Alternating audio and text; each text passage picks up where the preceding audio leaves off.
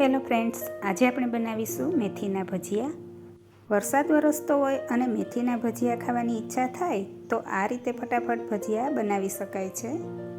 તેના માટે જે બાઉલમાં આપણે ભજીયાનું બેટર બનાવવું હોય તેમાં મેથી લઈ લેશું, થોડીક કોથમીર લઈ લેશું, લસણ અને મરચાંને વાટીને લઈ લેશું. મરી પણ આપણે અધકચરા જ વાટીને લેશું. આ રીતે મોટા મોટા કાપેલા લીલા મરચાં લઈ લેશું. સ્વાદ મુજબ મીઠું નાખીશું, ચપટી હિંગ નાખીશું. હવે અહીં ભજીયાને એકદમ જાળીદાર બનાવવા માટે તેમાં સાજીના ફૂલ નાખીશું, યાને કે કુકિંગ સોડા. હવે તેમાં ચણાનો લોટ ઉમેરી દઈશું. અહીં મેં 300 ગ્રામ ચણાનો લોટ લીધો છે. આ બધાને આ રીતે હાથેથી એકદમ સારી રીતે મિક્સ કરી લઈએ.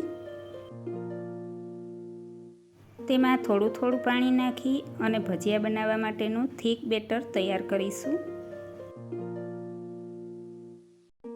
તો અહીં આપણું આ બેટર બનીને બિલકુલ તૈયાર છે. આ રીતે સ્મૂથ બેટર બનાવવાનું છે. હવે આ તૈયાર થયેલા બેટરમાંથી ગરમ તેલમાં આ રીતે ભજીયા મૂકીશું. ગેસની ફ્લેમને મીડિયમ રાખવાની છે. અહીં એક વાત એ યાદ રાખવાની છે કે ભજીયાનું બેટર છે તે વધારે ઘટ ન હોવું જોઈએ, તે થોડું સ્મૂધ હોવું જોઈએ અને મેથીનું પ્રમાણ પણ વધારે જ રાખવાનું છે. આ બે વસ્તુ તમે યાદ રાખશો તો ભજીયા છે તે એકદમ જાળીદાર બનશે અને માર્કેટમાં જે રીતના ભજીયા મળે છે તે રીતના જ ભજીયા તમે ઘરે આસાનીથી બનાવી શકશો. તો અહીં તમે જોઈ શકો છો કે આપણે ભજીયાનું થોડું થોડું બેટર મૂક્યું છે તો પણ ભજીયા એકદમ ફૂલીને મોટા થઈ ગયા છે. મતલબ કે આ ભજીયા એકદમ જાળીદાર બન્યા છે. હવે આ ભજીયા બનીને બિલકુલ તૈયાર છે. તેને કાઢી લેશું અને તેને લીલી ચટણીની સાથે સર્વ કરીશું. તેને મીઠી ચટણીની સાથે પણ સર્વ કરી શકાય છે.